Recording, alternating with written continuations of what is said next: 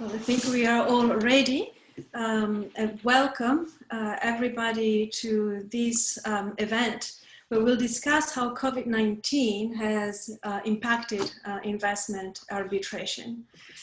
This is a wonderful event, and we are grateful for the speakers for joining us today and for all of you for joining us. The event is recorded and will be available on the GW website in a few days.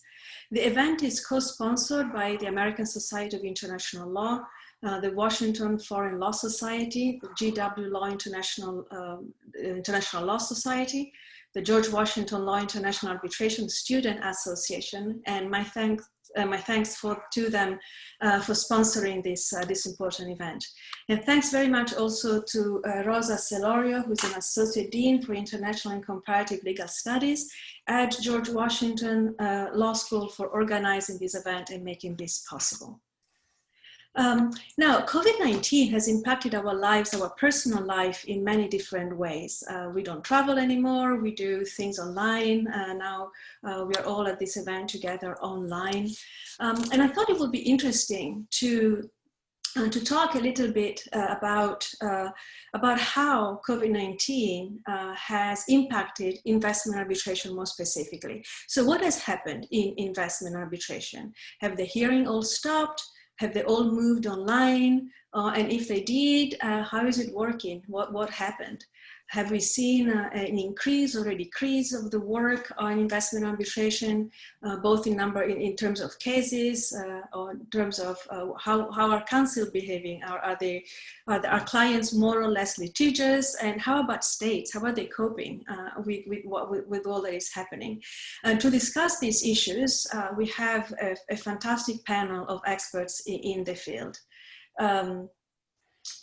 To begin with, in alphabetical orders, we have the Honorable Charles Brower, who's well known to all of us.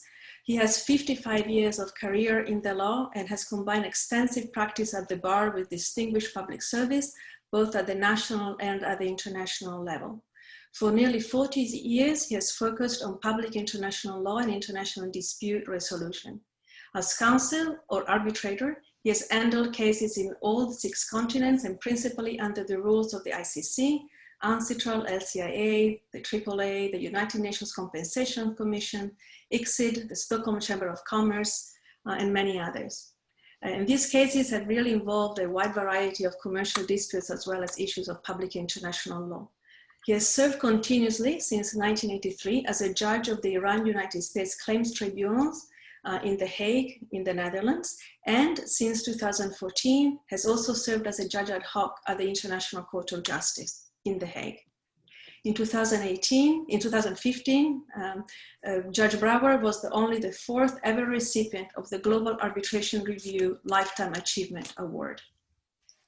Next is Dr. Nusrat Piracha, a partner at Septenario Global Consulting in Pakistan. She is serving as a member of an ICSID ad hoc committee, and in her career, which stretches 17 years already, she has worked as counsel in the field of ADR in arbitrations before ICSID, ICC, the Stockholm Chamber of Commerce, and many others. She's a Fulbright Scholar, a Weinstein-James International Fellow for 2018, and the first lawyer from Pakistan to become a Fellow of the Chartered Institute of Arbitrators in the UK. She's also the first woman and 4th person in Pakistan to have qualified as a JSD. And I'm very glad to say that her JSD is actually from George Washington Law School. She's a solicitor advocate, being a member of the High Court Bar of Pakistan. Last but not least, Martina Polaszek, who's a Deputy Secretary General at the International Center for the Settlement of Investment Dispute, ICSID. And she joined ICSID in September 2001. Has served as a Secretary of Tribunals in over 50 arbitrations under the ICSID Convention and the ICSID Additional Facility Rules, and the United Nations Commission on International Trade and Law Rules. She has also served as committee secretary in numerous annulment proceedings, and she's published numerous papers on ICSID case law and practice, and regularly speaks at conferences. She is also a graduate of George Washington University Law School with an LLM. And prior to that, she also graduated from the University of Paris and the University of Gothenburg in Sweden. She's admitted to practice law in Washington, D.C. I'm really pleased to have them here and to welcome them here today to discuss. Now, this is a wonderful panel, and we will have time for questions. For questions, please use the chat function, which is already available on your right-hand side. I will make sure that I will look at the questions that you pose. Now, with all that, I actually forgot to introduce myself. My name is Chiara Giorgetti, and I'm a professor of law at Richmond Law School. I'm also the chair of the Academic Council of the ITA. And it's really a privilege and a pleasure to be here today. Now, so I said at the beginning that COVID-19 has impacted our personal life in many different ways, and has impacted investment arbitration also in different ways. And I'm curious to know, Martina, may I ask you to talk first? How has impacted your practice, your activities at ICSID, and your view and your practice in investment arbitration? Thank you.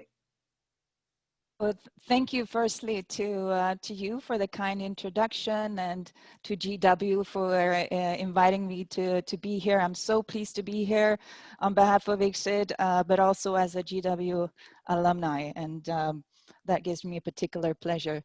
Now, ICSID has been on home-based work ever since March, and it quickly became business as usual for us.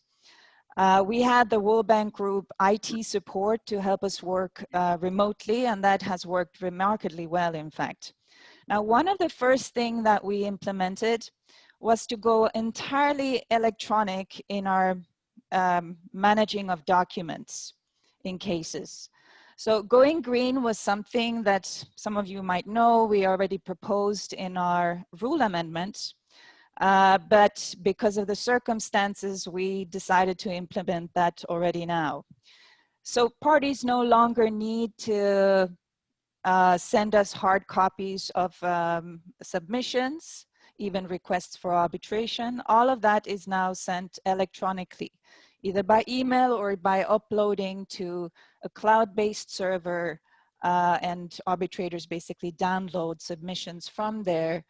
And no more hard copies are needed. And many tribunals have also chosen to work like that, some on a transitional basis during the pandemic, but others have just simply decided to go permanently green and only want electronic copies now. So this also applies to ICSID correspondence, to decisions, and also to the award. We transmit all of that electronically.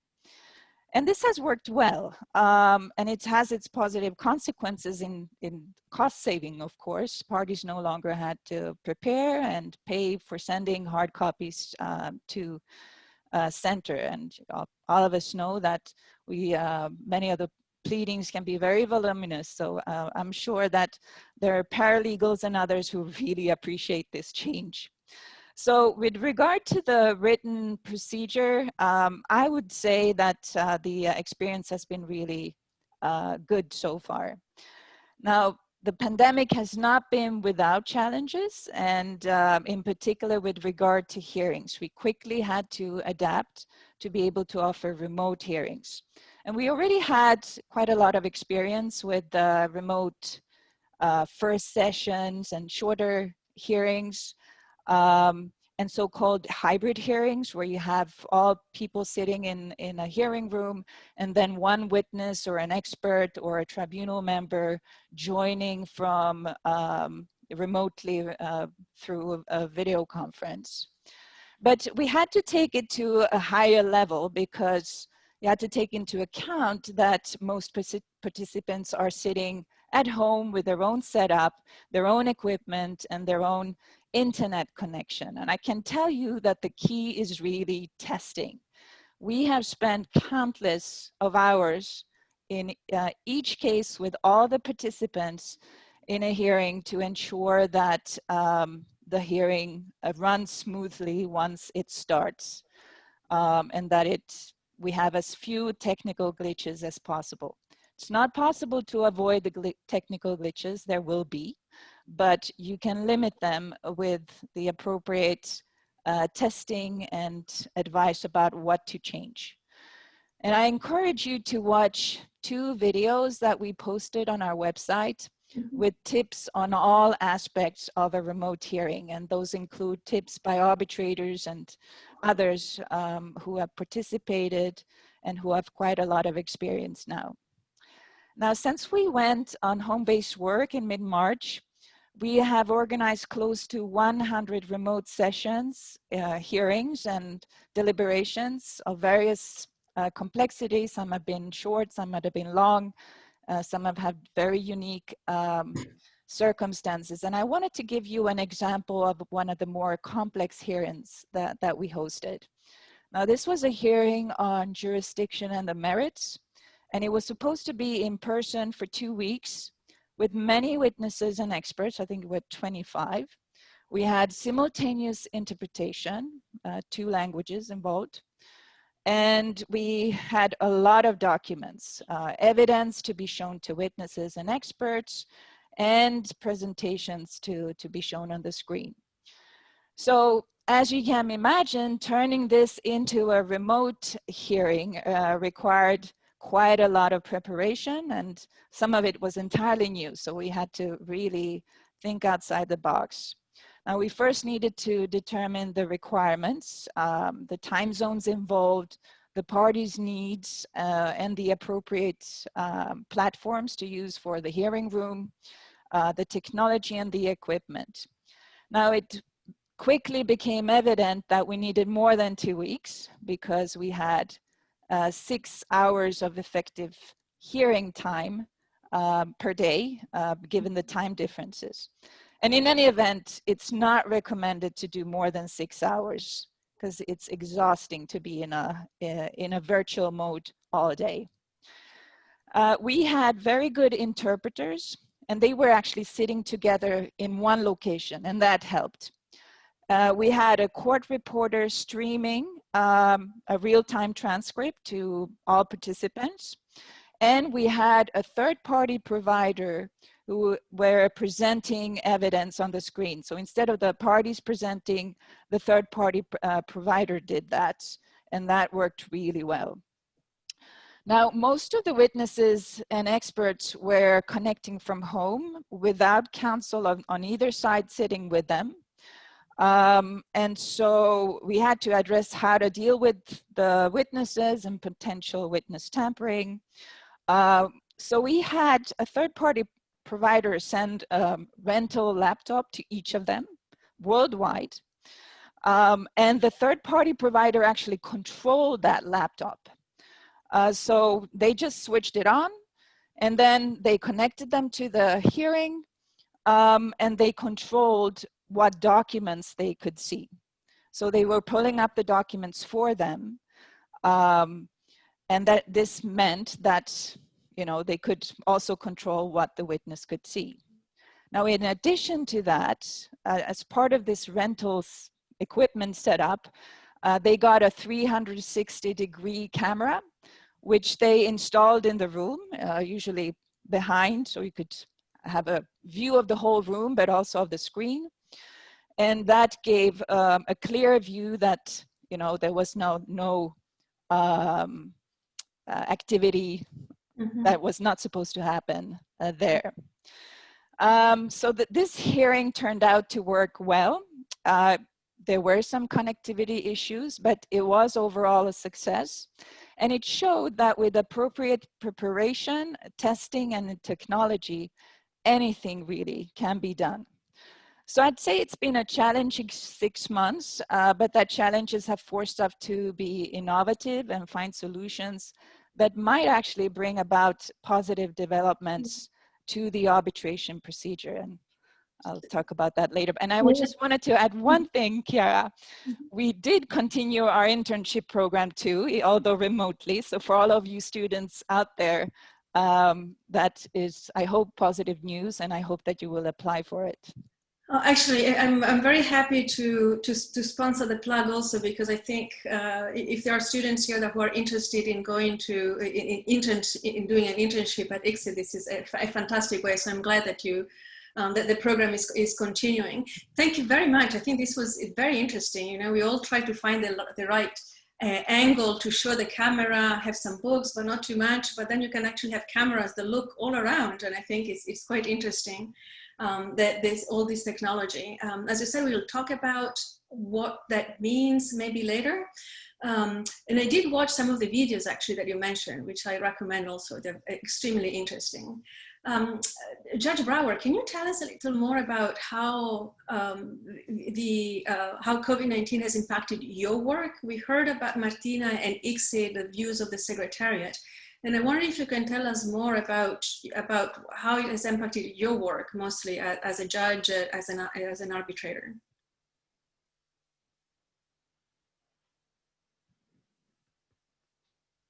Thanks to COVID-19 and all the virtual work, I arose at 3 o'clock this morning. I arose at 3 o'clock yesterday morning, and I will have to do the same tomorrow to join in deliberations. In this case, at the current case I'm sitting at the International Court of Justice, because we have one judge at home in Brazil, one judge at home in the Caribbean, and me here, and all the rest of them are in Europe, various places. So that's just how it has to be. So it can affect your sleep habits. If you get up at 3 o'clock in the morning and you're going until noon, you might want to have a nap in the afternoon before you go further. Everything has been virtual. Everything has been virtual. Deliberations and the hearings, and I will certainly testify to the fact that ICSID has done a terrific job. In the month of July, we had an ICSID hearing in which it was Yves Fortier in Montreal. I was here in Washington, third member of the tribunal in Europe, and a lot of the players involved in Dubai. So we could only, because of the 7-hour, I think it was, time difference, maybe it was 8, you could only work certain hours. They were staying up late by local standards in Dubai, and we were getting up pretty early, not at 3 a.m., but it was not much after that. But it's worked phenomenally. The personal aspect of it is what is known as my dining table is now littered practically from end to end with a 23 or 24-inch monitor, which is used, my own laptop, which we're on right now, and an iPad, which I never had before, because that is required effectively in the ICSID cases so that you can watch the transcript. And in other cases, the International Court of Justice, we're using it for the interpretation. And there are different ways of getting there are different systems for the interpretation. And I've got an Ethernet going from the dining room through the living room to the closet where it's plugged in.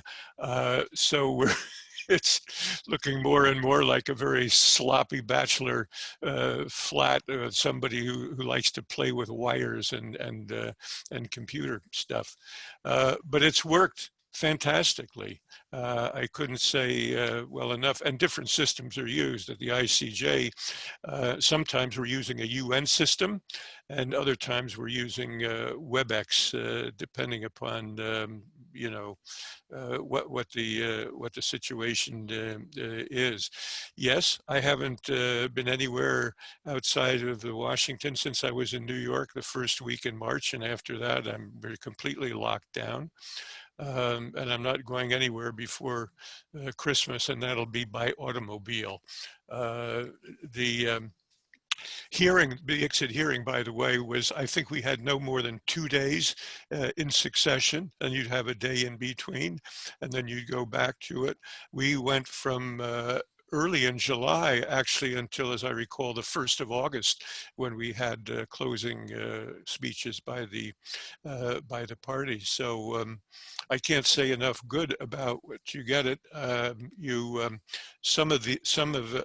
don't include myself in that because I have an unbelievably talented assistant, a full-time assistant who knows how to rig all these things. Plus I have a guru I can hire by the hour or whatever if I need to set up things. But I noticed that some people, particularly d'un certain âge, as they say in French, have trouble finding how to unmute themselves or to deal with it. Those actually, there are mechanical or technical glitches from time to time, but most of the glitches have been due to the how should I say, lesser degree of familiarity by some of the players with the toys that we're working with. So I'm happy with this. I just need to keep some rather strange hours in this in this business. Thank you. Thank you very much, Judge Brouwer. And in fact, Nusrat, you are joining us today now from Islamabad. So you are, is it 2:30 in the night now? Or? Yes, actually, it's approaching 3 a.m. now. 3 a.m., So right? So this is actually one of the kind of make possible one of the advantages of connecting with Zoom, because we can reach people at any time. Yeah. I'm very grateful, Nusrat, that you can join us today. Overall, we've had quite a good, a positive view on what happened. You know, we're all kind of, it's been going okay. Nusrat, what has been your experience? How has your practice been impacted by COVID-19? Yes, for me, traveling still is, of course, very unpredictable. No visas are available in Pakistan. The embassies are operating at a very limited scale. There are still long quarantines, no matter where you want to travel. Then I think I'm struggling most with co-counseling. Zoom and other platforms are not the best platforms for co-counseling. It's not very effective. Then there are technical issues. The internet many times is not the best in Pakistan. And in many cities in Pakistan, we still have power cuts. And you either need access to expensive hotels, or you need to have a generator to make sure that you are able to proceed without interruption. But on the bright side, I do feel that I can join into more conferences. These conferences usually require expensive subscriptions or registration fees or traveling long hours. So I think for people from the developing part of the world, it has been a very welcome change to be able to attend all these conferences, which previously were not accessible to many. Well, thank you. I think you're right. I think one of the advantages is that we can go into we can listen to many more conferences, you can participate as much. In terms of time, you require much less time. Is it only at the time of the conference? You don't need to travel. And there's much more content online. I mean, I think organizing an event like we are participating in today 6 months ago on Zoom would have been, I think, quite unthinkable, but now it's absolutely the norm. And we have a lot of institutions that organize significant programs on Zoom. So I hear that there's been differences for you, Nusrat. There might have been some more difficulties coming from Pakistan. But overall, some of the changes that COVID introduced, there might be something positive. We may have seen, we might be actually looking at something that may continue after the emergency ends. So are we thinking about going online maybe all the time? Is it possible? Shall we use Zoom more? I wondered, Judge Brower, can you tell us a little more? Do you think that these changes that we have seen now with online, with much more activity organized online, do you think these are going to be permanent and become the norm for future practice? Or do you think that when the emergency is over, then we'll go back to what we were experiencing before? Well, I think people, excuse me, am I in? Yes, no, I'm on. I think people realize a lot of money is saved by not traveling, not having the hotel bills, all the things that go along with that, although there are expenses one otherwise would not have that are due to what effectively would be the administrative cost of having such a complicated setup, as Martina mentioned earlier. But I can't help but think in smaller cases and simpler cases, not these bet the farm or scorched earth investor state arbitrations, people will opt to, you know, let's do it simply. If we can't get together, it'll be cheaper. I can't help but think that that's going to grow at the lower end of the money scale, as it were, on disputes.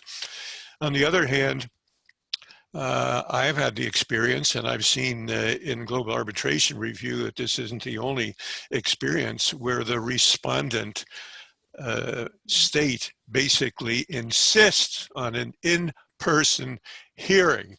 And I know that some practitioners have doubts about the overall due process of it.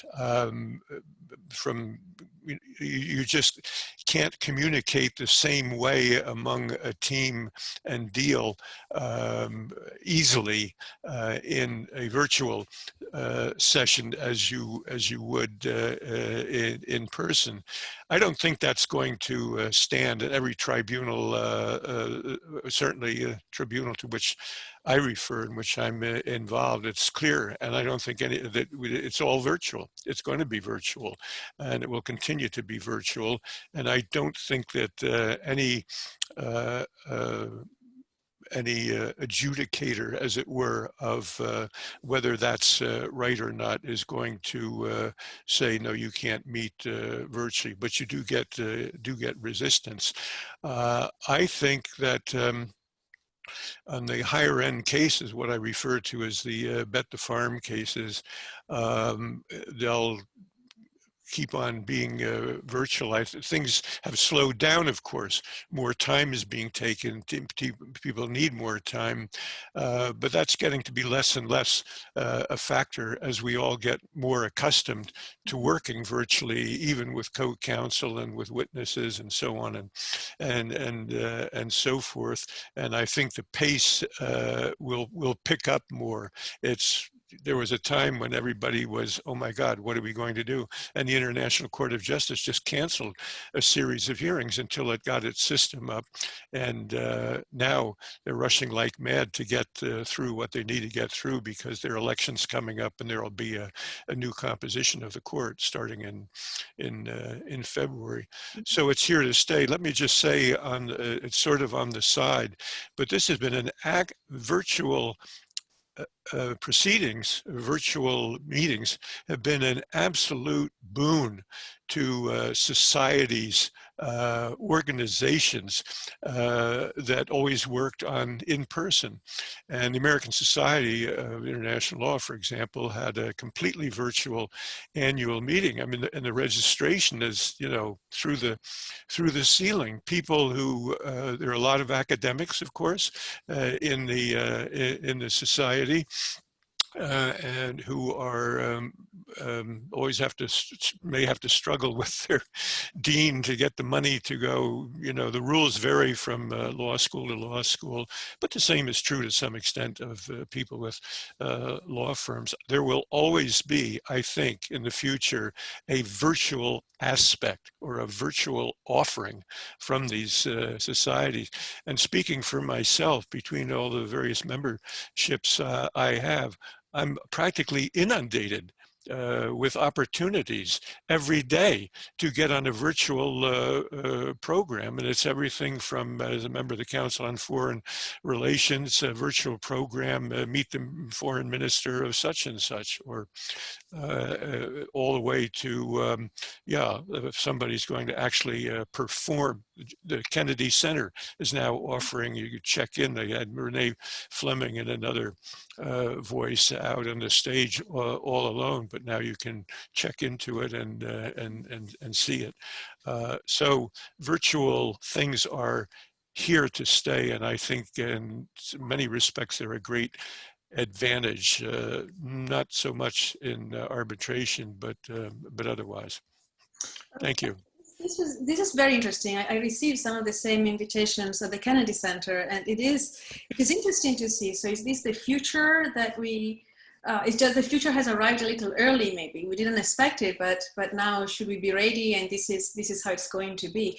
Nudrat, you said before that as for co-counsel, though, it is quite a challenge to be a co-counsel in these online lives. So what do you think? In terms of co-counsel and in terms of what you think what you think of the future, do you think, what are the aspects that you think will be permanent, and what are the ones that actually will go back to maybe how we used to do things in the old times of March 2020? Yes, I think as far as the role of the council is concerned, I would still be more comfortable co-counseling in person. Rather than doing it virtually. Similarly, as an arbitrator, I think I will have a preference to meet the other arbitrators. But as far as the proceedings are concerned, I do think the shift towards electronic filings, that is something that's going to stick. The semi-virtual nature of the proceedings, that's something that's going to continue. There will be more openness to innovative processes. For efficiency and cost reduction. And instead of, for instance, all document filings, the claimants or the parties may insist on some kind of virtual hearing in smaller disputes. Online dispute resolution for smaller disputes, I think, is going to gain popularity in the coming days. Mm-hmm. And users of the system, I think we will be forced to grow technologically, whether or not I like co-counseling online. I think I will be forced to grow because of the circumstances, mm-hmm. which again is a positive thing. I mean, there's no harm in changing for the better. Right, yeah, thank you very much. I think, yeah, so sometimes we have to force change and we have to embrace change even if maybe we don't like it very much. But Martina, you said that sometimes that you had planned, ICSI had already planned to go green and to be more environmental friendly. And this has essentially just pushed the things forward and like sooner a little bit earlier. And I wonder, so this practice, so maybe this will stay. Do you think that others will also stay? Actually, why don't I link in, if you don't mind, like a question of one of the questions that you're receiving, because it's specifically about ICSID. So are ICSID cases now be streamed to the public? Will they be streamed to the public? And where are there issues of confidentiality that might exist if we do that? Well, thank you very much. I'll start with that question because, in fact, we were already streaming to the public before the pandemic. In fact, wherever the parties agree to broadcast or to stream, we can do that. And we have been doing that. And I encourage you to go to our website, and there's still videos of past hearings.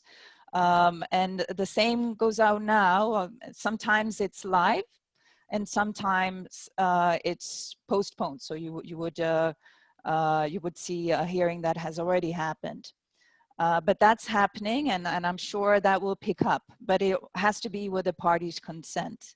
Now, for going back to our green initiative, I think that should be a no-brainer.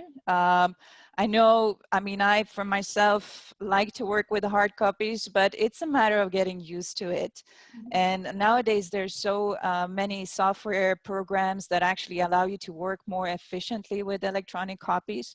And I think arbitrators are increasingly appreciative of that and use it more and more. As for remote hearings, now I already see a shift from sort of skepticism to acceptance, and some really enthusiastic people as well. Most people who have experienced a well-organized remote hearing, they recognize the advantages, and Judge Brower has already mentioned the potential cost and time savings, avoid traveling, or just to be able to turn off your computer at the end of the day and go and have dinner with your family. I think that's priceless for many of us. There's also the views that remote hearings force counsel to prepare more focused arguments, and that it would bring about better advocacy, because one of the challenges is to stay focused. It's more easy to tune out when you're listening remotely to someone than in person. I think that's true. So you have to be able to make your tribunal members stay focused, and so that forces you to be a better advocate. And another aspect is that some who feared that it would be difficult to assess the credibility of a witness if you're not in person. They actually say that it's almost to the contrary, because it allows more participants to have an up-close view of the witness and from the right angle, because otherwise it's the tribunal members, they sit about 6 feet from the witness, and the rest, they sit, you know, on the side, so they don't have a front view of the witness. So as people get more used to remote hearings, I think they will want to continue with these means. Now, I'm not saying that all hearings will continue remotely. For sure, I'm sure parties will agree on in-person hearings, and we'll see more of that once the pandemic goes away. But I think we'll see more shorter hearings being held remotely, and these hybrid hearings with, you know, you sit in a hearing room and other people connect remotely.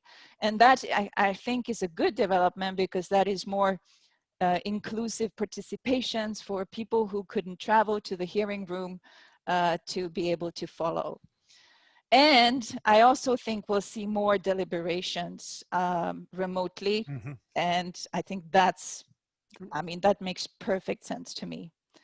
Yeah, and finally, about the time and cost savings. Now, one thing that often leads to delay is unavailability. Mm-hmm. And so you have these scheduling difficulties because tribunal members and counsel cannot find an available date.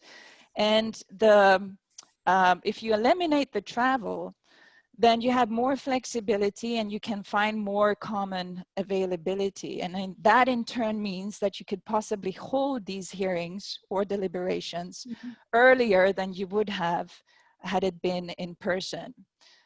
So time and cost efficiency is something that really should be considered in this whole equation, and hearings held remotely is a fantastic tool for that. Well, thank you very much. I think this is quite interesting to think about all the implications, right? So not only the what's happening, the advantages online, but also how it comes across and how it impacts cost and time and availability of people. I think this is quite interesting. Now I'd like just to shift gear a little bit and look a bit at the future. And I think there are many questions in our chat also about that. Now, so if you look a little bit at the future, how do you think the pandemic, the COVID-19 will play out in terms of international arbitration more generally? Do you expect more cases, less cases? Do you think it will impact possibly the reform process?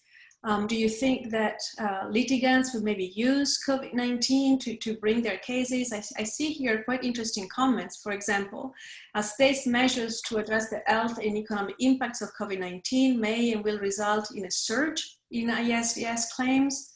What are the available solutions to avoid such a surge, if there is any?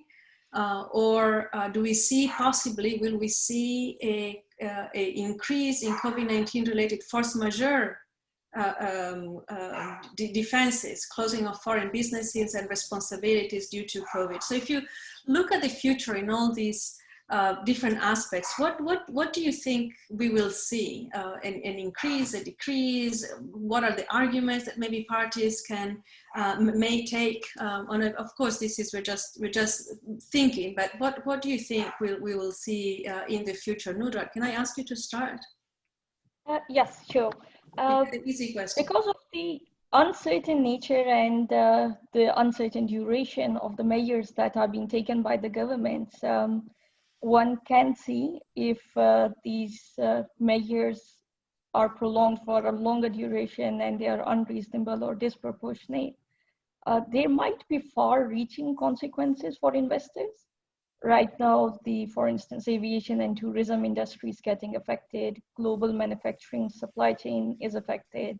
There's restricted access to global demand. Ripple effect is being felt by the oil and gas sector.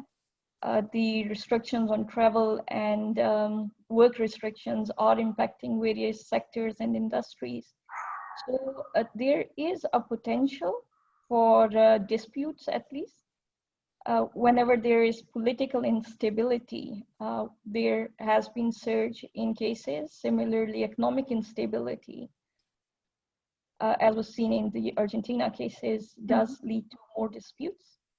But if one was to look at the trends that are emerging since January when the pandemic started, so far the COVID arguments from publicly available documents, I can say, the arguments relating to COVID have figured in about 37 instances, only twice in relation to provisional measures, mostly procedural, minor issues have arisen, and 4 times it has arisen in more substantive context.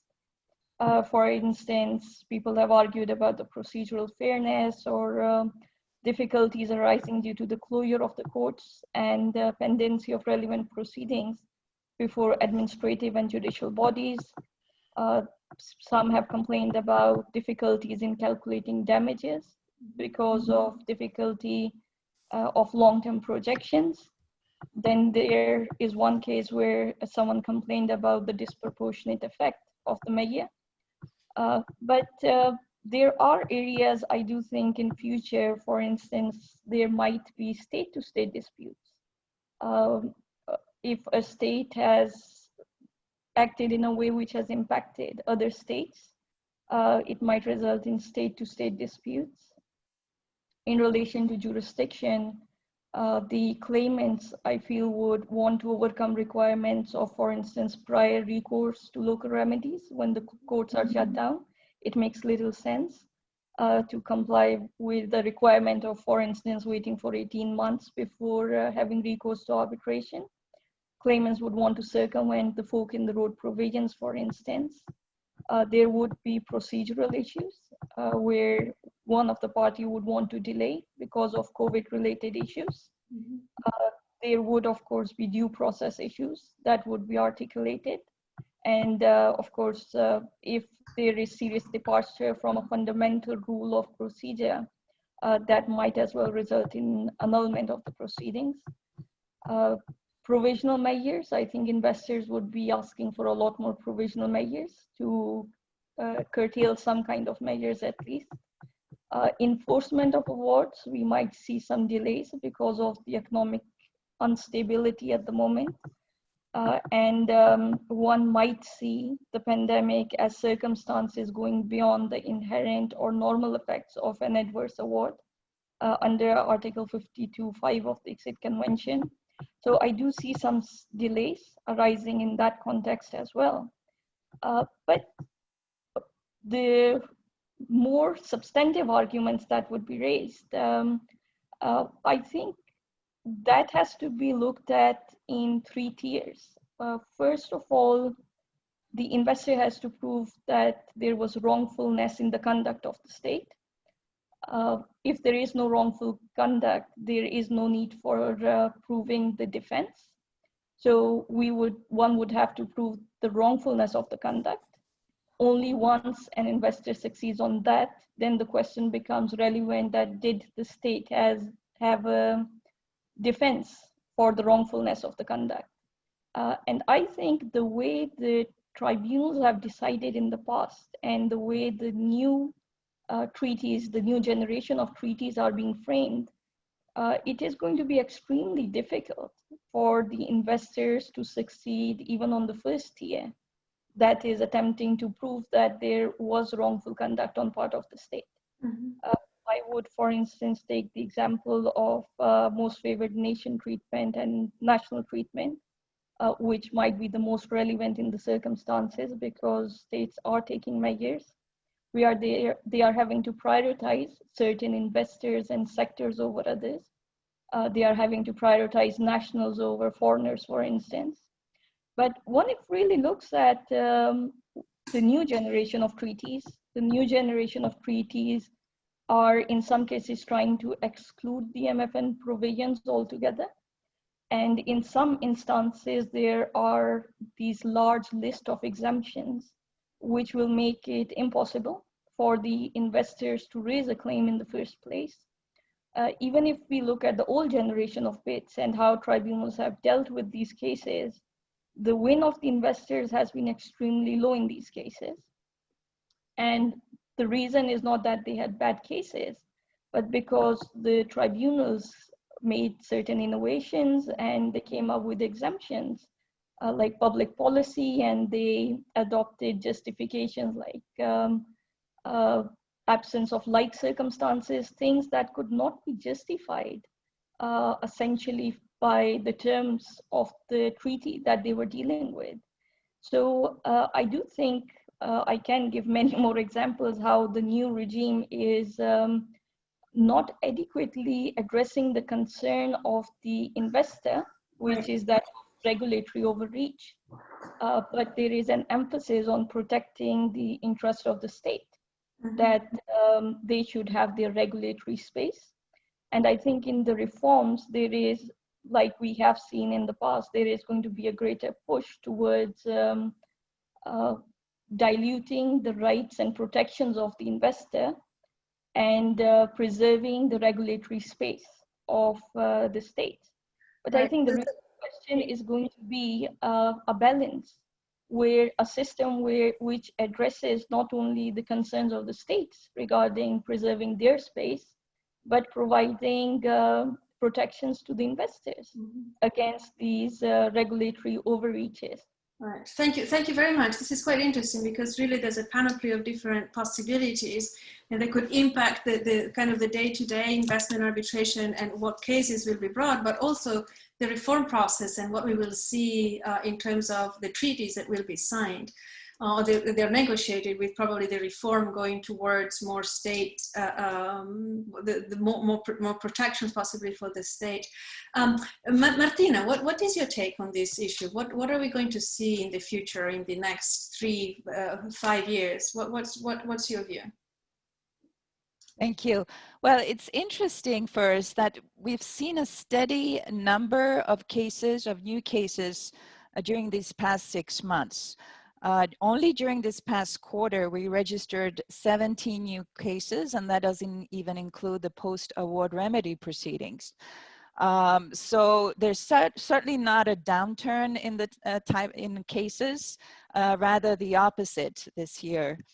And it's difficult to tell any trends from this increase as the cases are brought against states in all geographic regions and concerning all economic sectors. But what I can tell is that I'm not aware of any of them raising any COVID-19 related measures at this point. And I'm not, actually, I'd be interested to hear more from Nudrat about those cases that she mentioned, because I'm not aware of any that type of cases. And I guess we can also sort of COVID related is a very broad term, and I think we have to sort of define it more into, is it measures that were made to protect citizens from, from the spread of COVID, which is one possibility, and the other is, addressing economic fallouts and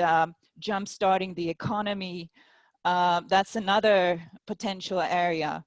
And I don't know, I'd hate to speculate. I mean, we've seen some commentary about potential cases coming based on various measures, but I leave that to Nudrat and Judge Brower to speculate what type of cases those might be and when we might be expecting them. Right. But what I did want to mention about the reform work, we have our own rule amendment project, and that was a bit held up by the pandemic. But those rules, those reformed rules will apply to all types of cases, and I think those will be beneficial for all cases. And we are hoping to, we're now working on a further version of those amendment proposals, and we hope to finalize that next year so that we can finally reap the harvest from this work that started so many years ago. That's interesting. Thank you for pointing out actually about the reform process also and the rules amendment, because this is important, and I wonder how this is going to impact, COVID is going to impact also the substance of the rules possibly. I think next week is when the Ancestral Working Group 3 begins to meet also, thinking about reform. So that's quite interesting. And I was also interested. You're mute.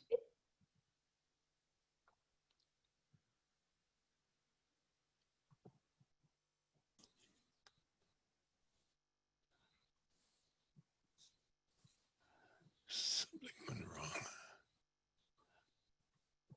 Yara's on mute. I don't know what happened, but anyways, maybe I should self-censor and be very brief. But what I wanted to say is, Martina, was very, very interesting to hear that there have been 17 new cases, which is quite interesting. So maybe council have more time to finalize, clients now have more time to think about what they want to do. But you kind of throw the ball back also to Judge Brower and Nudrat in the sense of what kind of cases then we might be seeing that actually are related to COVID. Judge Brower, what can you say? What do you think is going to happen? Do we have more cases about economic based on economic, the health measures that were taken, and about all the economic measures that had to be taken because of COVID? How do you see the future in that specific issues? I really have very little to say on this subject. I never have had a very good crystal ball, and I don't think I've listened to Nudrat very carefully, and it's very interesting, her analysis. Myself, I don't, whether the volume of cases is going to go up or down, I can't really project. I don't have a sense of how things might go. I'm not sure they'd be affected at all by the situation.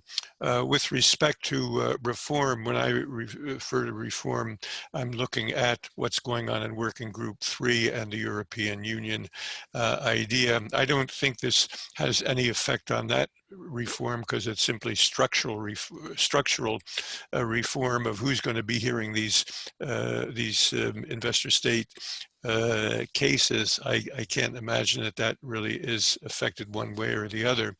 As to the substance of what might happen, of course, there's been a lot of literature, as it were, already on various websites as to force majeure in litigation in the United States, and I'm sure this will come up in various situations in investor state and in commercial arbitration. And I will stop right there. I hope we have some time to, we got a lot of questions coming in here. Yes, thank you very much to the three panelists. We've had some very interesting questions, and I try to wave some in my own questions, but there are some actually that are looking at very specific issues. And I see one from Juliana that might be also looking at, that you may experience also. So I would like to ask you. So she says that she sits in administrative tribunals where the experience is with virtually, they're missing the intimacy and fluidity of deliberation.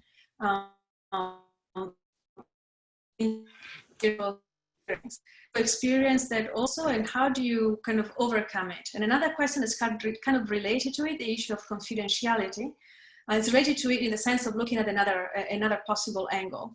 In terms of confidentiality, what are the issues that you experience in the examination of witnesses, and how can you ensure that you protect? Martina, you mentioned the case, but are there possibly other examples? And also another way, kind of the mechanics of the hearings. I noticed that PowerPoint, the increased use in PowerPoint slides during live hearings. I noted also the complete absence of that during the recent ICJ hearings in the Iran-US case. Are there technical difficulties that maybe different courts have, or is it more the experience of every judge or every arbitrator, or do you think there are also different ways in which courts generally operate? A couple of questions for the panelists, and I don't know if somebody would like to start.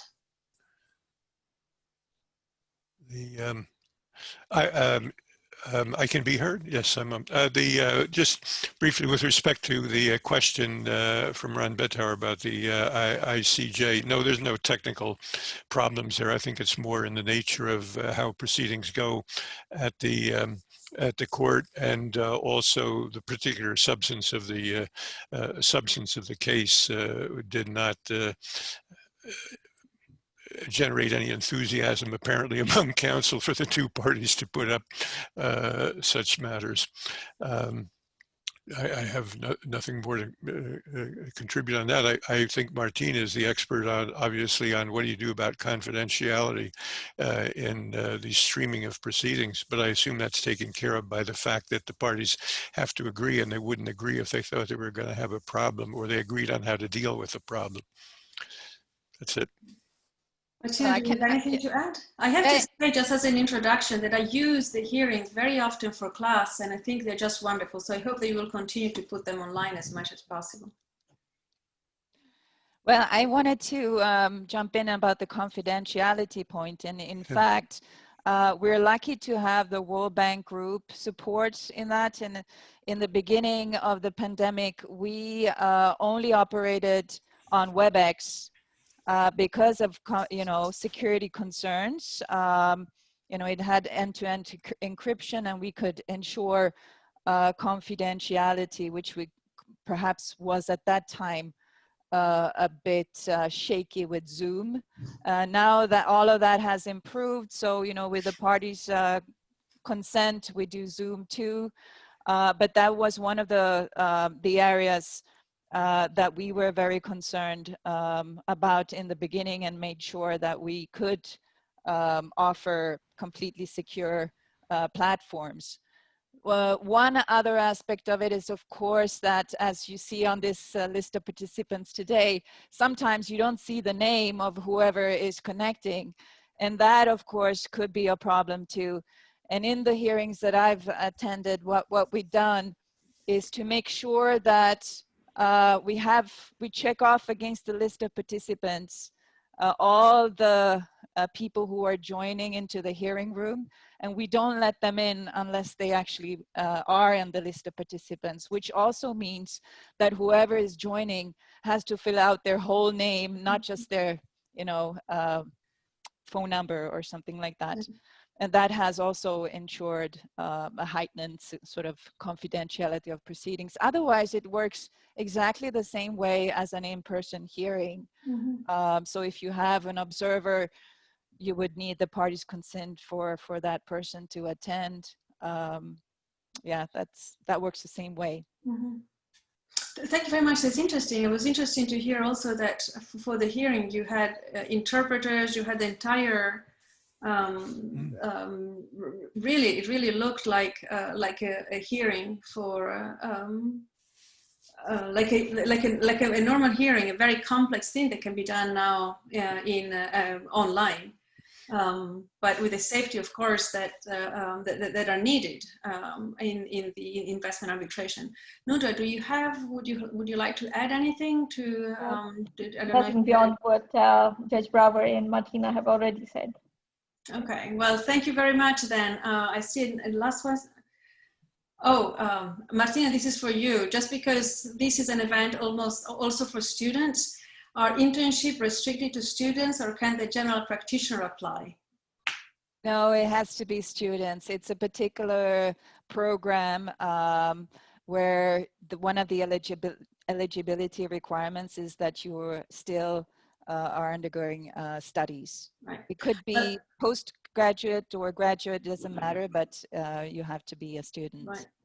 I saw many other questions also, which I tried to weigh in on specific issues, possible litigations of arbitration on human rights or possible defense from the states. I think these are all interesting questions. I think we're just really begin to discuss these issues.